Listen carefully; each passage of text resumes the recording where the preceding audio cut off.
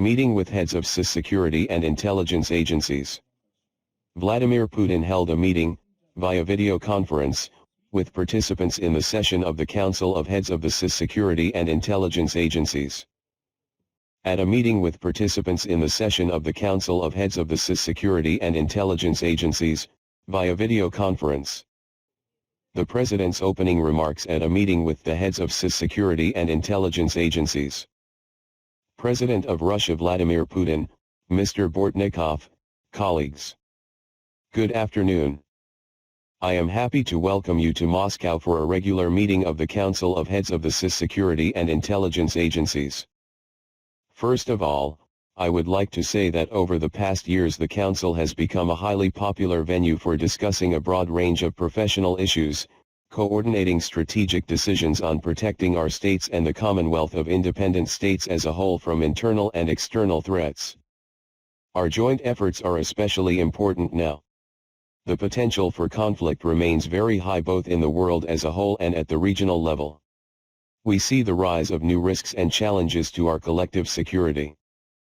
This is caused above all by a dramatic aggravation in global geopolitical confrontation. The world is changing and becoming multipolar before our very eyes. However, some members of the international community are doing everything in their power to preserve their faltering hegemony, and to this end, they are using various political, military, economic, information and other methods and means, from destroying the legal framework of strategic stability to adopting unilateral sanctions against those who reject their policy. They do not even stop short of openly subversive actions. I am referring to the explosions on the Nord Stream gas pipelines. This actually amounts to the destruction of the common European energy infrastructure. This is being done, although, to put it mildly, these methods are doing colossal damage to the European economy and are seriously impairing the quality of life for millions of people. And besides, they are keeping silent about who has done this and who stands to gain from it. Some countries have long been using the tactics of blackmail, pressure, and intimidation throughout the CIS space. In particular, attempts continue to be made to implement color revolution scenarios, methods involving nationalism and extremism are employed, and armed conflicts, which directly threaten the security of all CIS members, are being stoked. We can see the goals of those who are doing this in Ukraine, which has been made an instrument of US foreign policy. The country has actually lost its sovereignty and is being directly governed by the United States, which is using it as a battering ram against Russia, Belarus, which is a member of our union state, and the CSTO and the CIS in general. At the same time, we can see the United States' real attitude to its client states.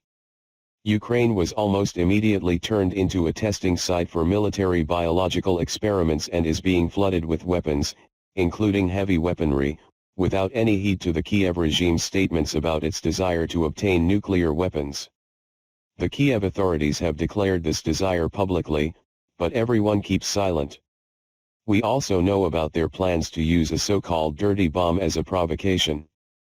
As for threats in the CIS space, I would like to say that the level of threat coming from ISIL, Al-Qaeda and other terrorist organizations has not decreased.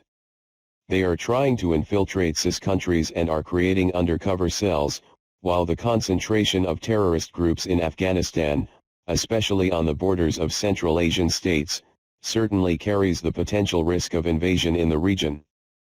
It is obvious that the CIS as a whole and its individual states have never faced such comprehensive threats before. It is therefore our common task to protect our nations from them as much as possible, to strengthen stability and peace in the CIS space and to continue to promote mutually beneficial integration processes, which have provided an example of truly partner relations over the past decades. We must make use of all the forces and means available to us to fulfill these tasks. Of course, we must also make the fullest possible use of our experience and contacts, which, as we have seen more than once, are noticeably increasing the potential and efficiency of each of our agencies. One of the priority tasks is to jointly counter any attempts to interfere in the internal affairs of the CIS countries. We know what this is. To resist it, we must more actively reveal and curb the work of foreign secret services, aimed at destabilizing the situation in each individual CIS member state. It is also important to continue our coordinated systemic struggle against terrorism. Recently, there has been positive dynamics in this respect. Thus, terrorist crimes, including acts of terror, have gone down in practically all CIS states. It is necessary to continue developing counter-terrorism cooperation. In particular, we must continue to exchange information on persons taking part in or suspected of terrorist and extremist activities. We must focus on revealing and blocking terrorist infiltration channels under the cover of migration flows, including the spread of foreign mercenaries with combat experience, which poses a serious threat to us. The black market in arms operating in Ukraine is creating serious challenges. Cross-border criminal groups are actively involved in smuggling these arms to other regions. These are not just small arms.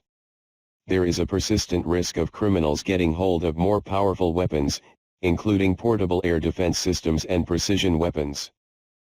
Furthermore, the act of terror on the Crimean Bridge and sabotage attempts at the Kursk nuclear power plant, after all, such attacks have already been carried out around it, and many other incidents show the need to take enhanced security measures at critical transport and energy facilities.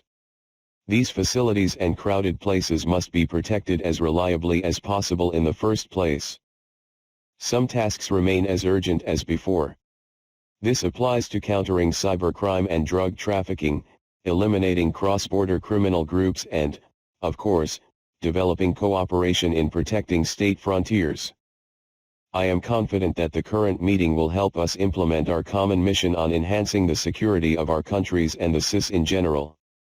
It will certainly improve the joint activity of our secret services aimed at neutralizing common threats.